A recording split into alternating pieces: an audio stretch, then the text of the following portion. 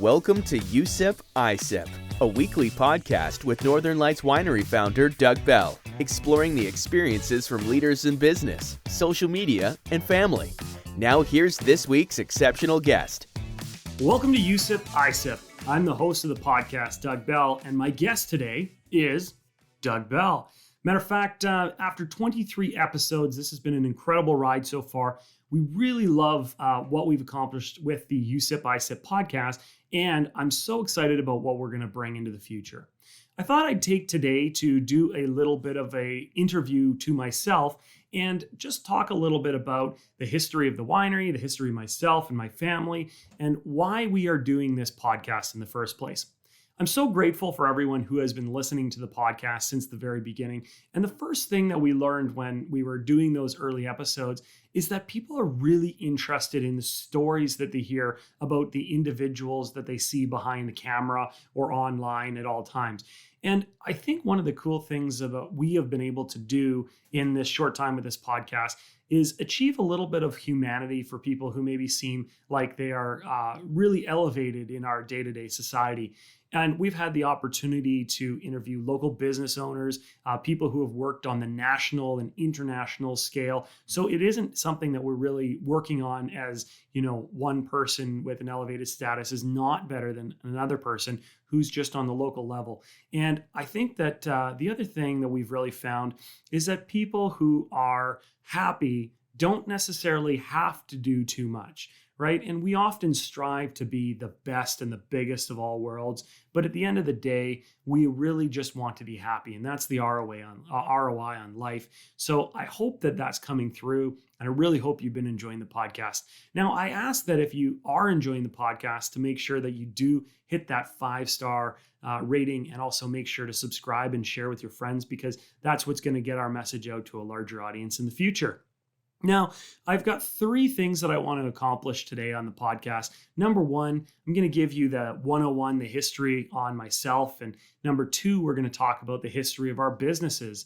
And then number 3, I really want to talk about the future and where we want to go, both with this podcast as well as with our company and our group of companies. So to showcase and give you a little bit of a glimpse of the future.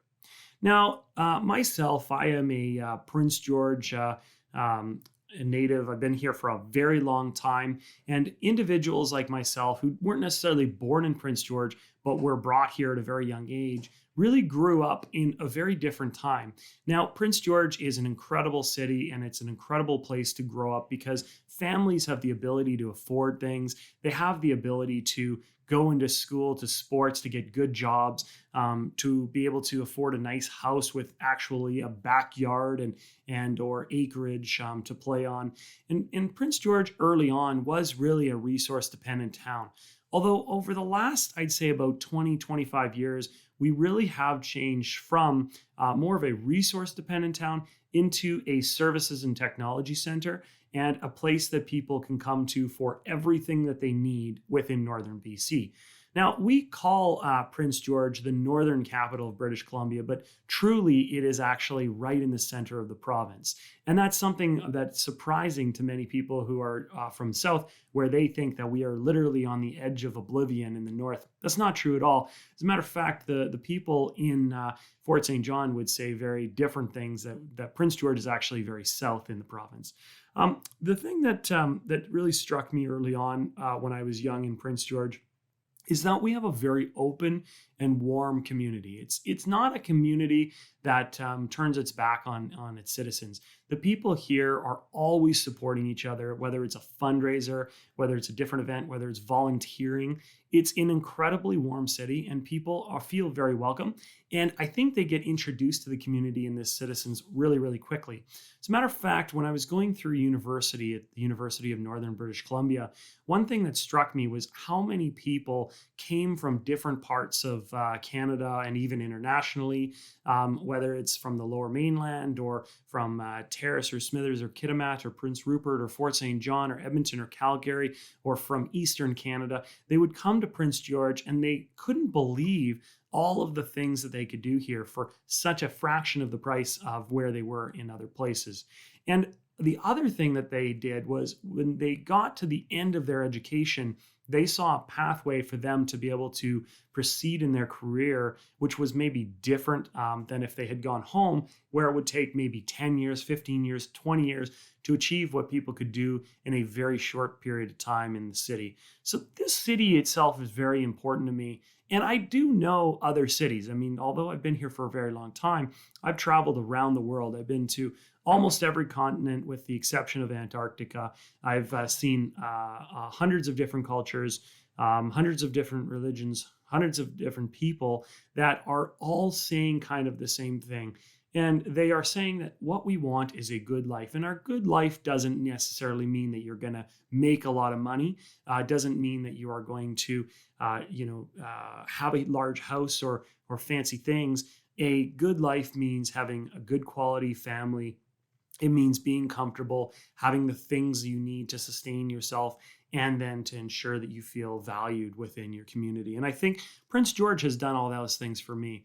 Now, I grew up as a bit of an athlete and a competitive person.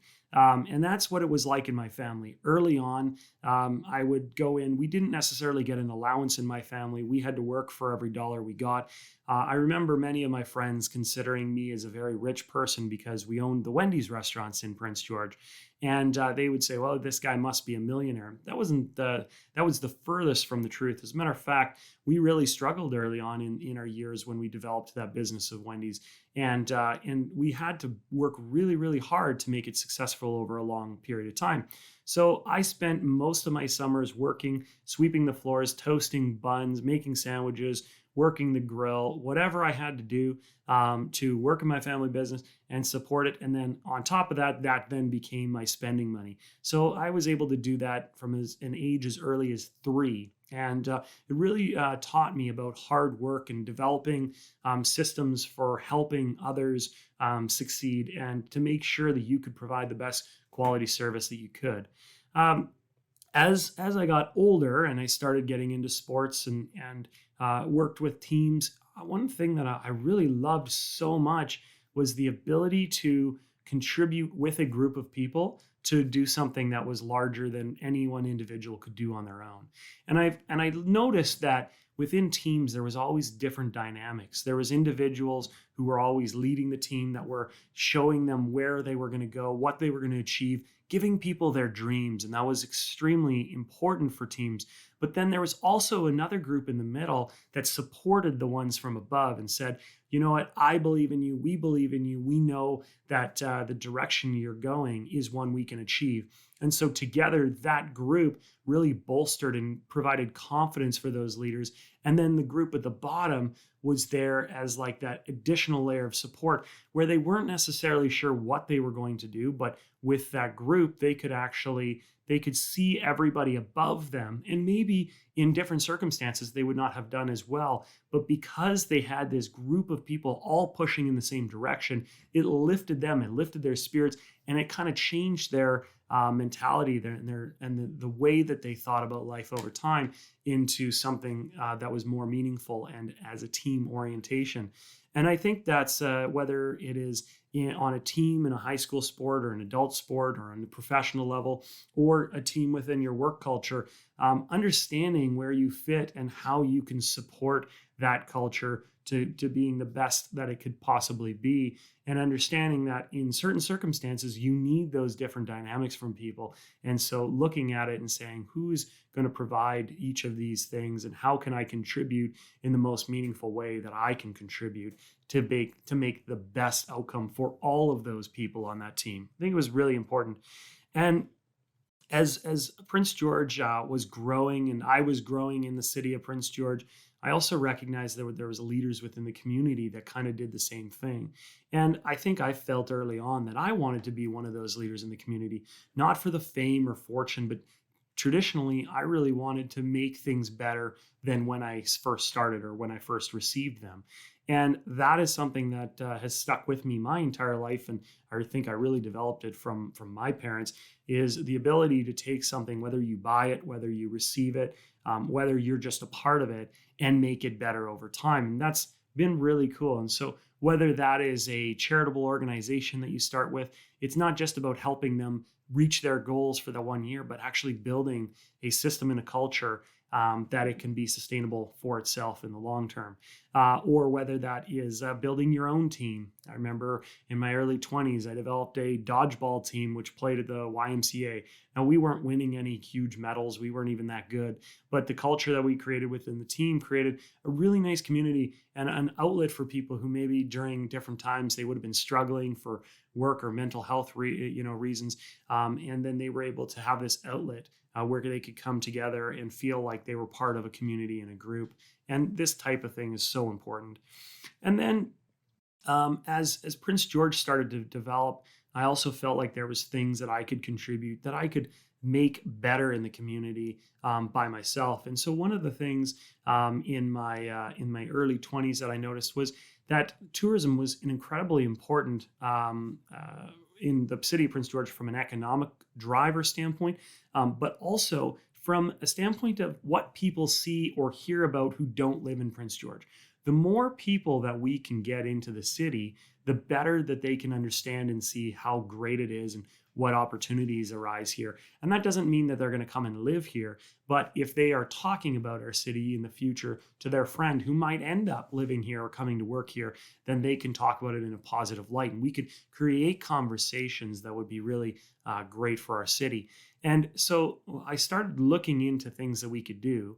And one of the things that I really felt strongly about was creating a tourism opportunity that attracted both people coming from Prince George or coming to Prince George, as well as people who are coming that lived in Prince George. Something that they felt really proud of, that it was really felt like it was a community owned, that they felt pride and they would bring people and showcase it to their friends and family as they were visiting. And that was actually the very beginning of Northern Lights Estate Winery.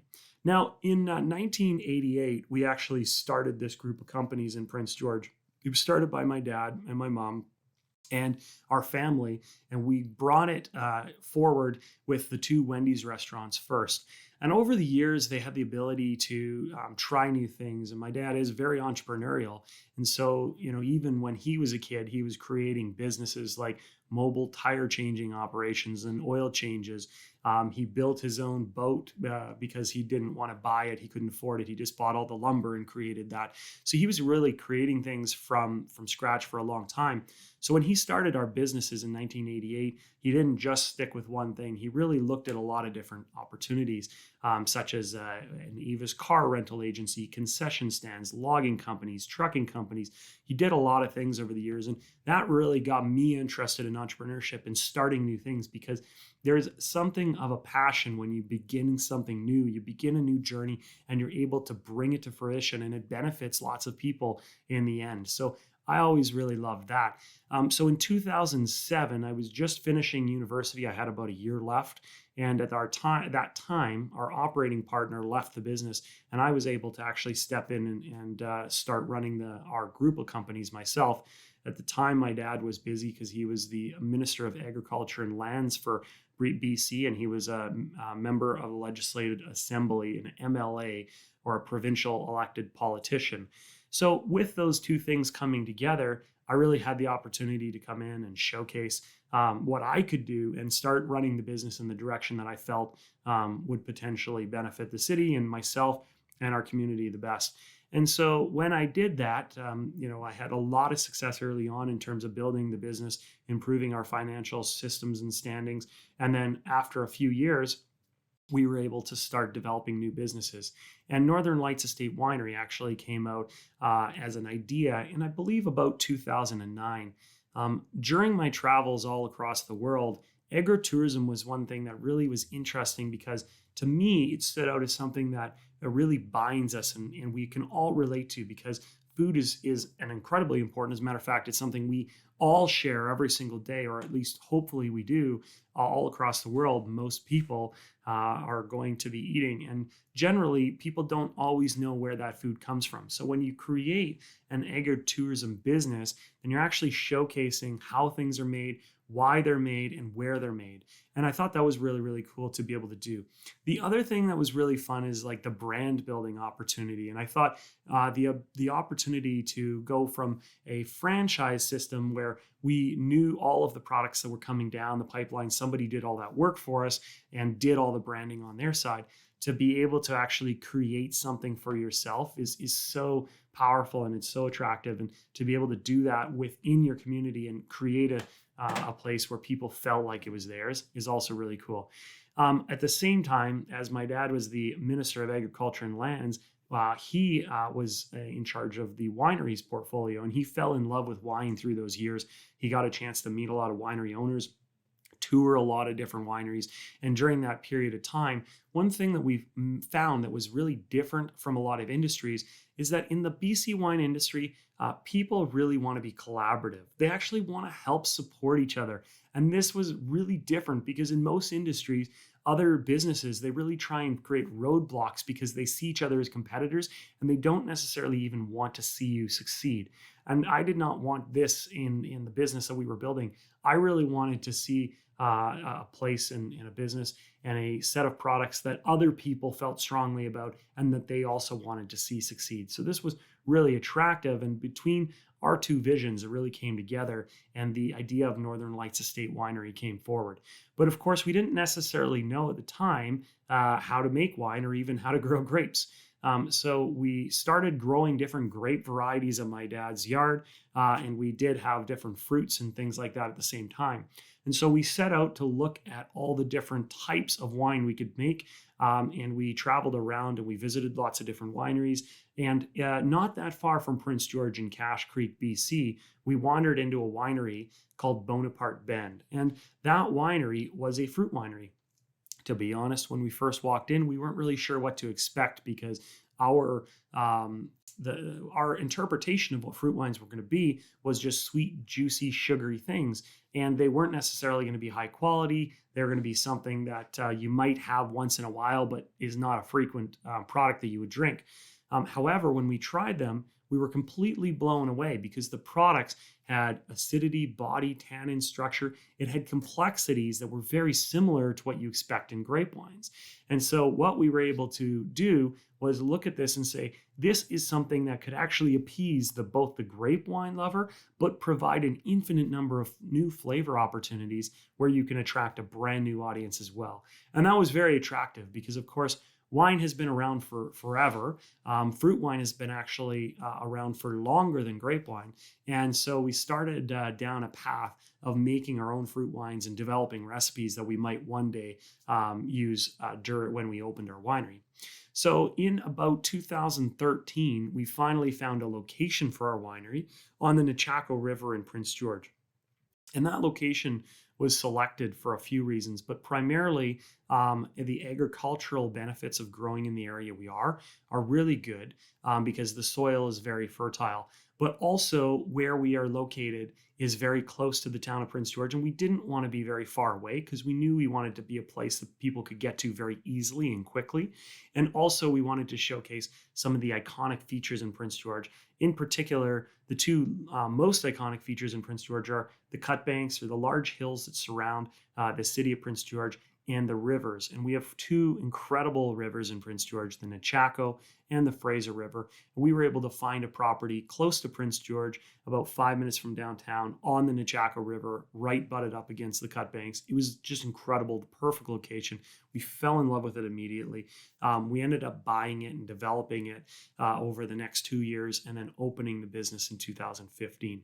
Initially, we thought Northern Lights Winery was going to be a little bit of a boutique-y winery. It really wasn't going to be anything huge or special. We thought it would be really fun to open a business in the summertime, welcome different visitors to Prince George, give them some of our wines, have them take them home, and then hopefully over the winter we would make some wines, but generally we would take it pretty easy and take some time off and maybe even go on vacation.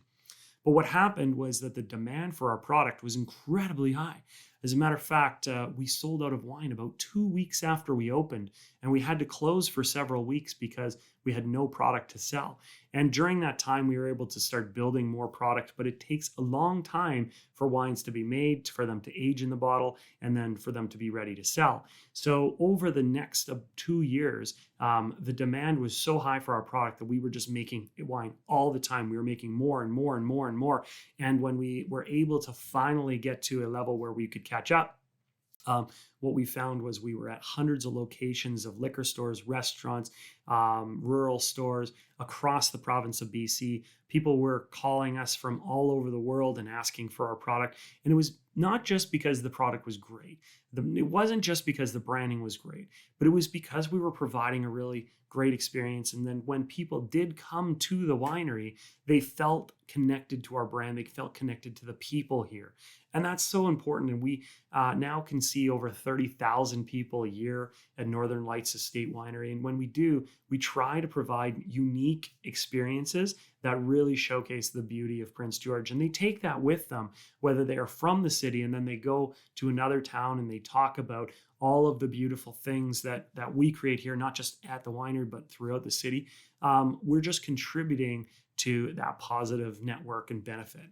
Now, after a couple of years, what we realized was that we really had to jump forward another level in terms of what kind of wines or how many wines we could produce. So we actually spent a little time looking for more properties, and we were able to buy or lease several properties in and around Prince George, through Quesnel, and even in Chilliwack, British Columbia. And those properties were developed or purchased or leased with the purpose to have us be able to produce more wine, because of course you need A, great quality fruit, and B, enough fruit in order to make the wine that you're going to produce. You can't just buy all of your fruit. In British Columbia, you are required to have all of it from the province of BC, and also you're required to have a specific proportion of it from your own fruit. And so this takes several years in order to develop. And so we purchased a farm on the Fraser River in Prince George, and that farm is about 40 acres and is about 3 years into development now. And as the more fruit comes and is growing in that farm, we're going to be able to continue to grow and potentially become one of the largest players of wine sales in British Columbia and potentially even Canada in the future. So as we are going through this journey at Northern Lights Estate Winery, it is really being driven by the consumer, almost more so than from us. And that isn't to say that we don't have a vision, because we have a very strong vision of what we want to be and how we want to act as business people. But the other thing is that we also have to remember what I talked about in the beginning, which is how do we make sure that we're happy, that we can create a scenario that we still believe in, whether we're selling 100,000 bottles of wine or 1 million bottles of wine in a year, or even more. And so what we've tried to do is we've tried to grow responsibly, make sure that we maintain the quality of our products, make sure that we really stay connected to the consumer. And you do see us all over social media because we want to have a message. We want to send that message out to people, and we want them to feel like they know us. Now, in the future, what does it look like for our business and our group of companies in Northern Lights Estate Winery? Well, I think that there's a couple of things we've recognized. Number one, it's really rewarding when we can see more people come through our doors, because we can provide great experiences to more people.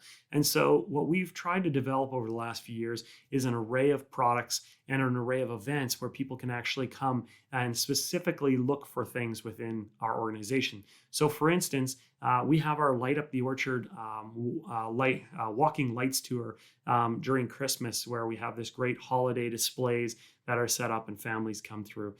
This year we started up the first ever Prince George Sunflower Festival, where people are able to come out and get great family photos and great family experiences for a very reasonable fee to go and see what agriculture looks like in northern BC as well, to see the animals, to get an opportunity to get another playground. We're also looking at different things we can do in the winter seasons, where people are really looking for more experiences, because of course our winters can be quite long in Prince George, and what things can we provide. So we're really looking at that, as well as continuing to grow fruit and expand in areas that have been looking for our products for a long time, such as different provinces and also more parts of the province of BC that we just haven't been able to get to yet. All together, I think that my message for everybody here is really one of just love and understanding. We really appreciate you. We appreciate you for listening to this podcast. We appreciate you for purchasing our products. And even if you don't purchase our products, we still appreciate you. We appreciate what you do in your communities. We appreciate what you do for your families. And we want to be a small part of your life. And hopefully we can make your life a little bit better. So other than that, I'm happy to be a part of your day here today. And I'd love to answer questions that you have. So if you'd like to leave us a message, text us on our text messaging platform, send us a Facebook message, or if you have any questions for me, I would love to answer them in future episodes. And for now, this is Doug Bell from USIP ISIP, and I can't wait to see you next week. Thanks again. Thank you for listening to USIP ISIP. Please hit the 5-star rating and leave us a review. If you'd like to learn more about Northern Lights Winery, text us at 604-670-4046 or visit us on social media at Northern Lights Winery.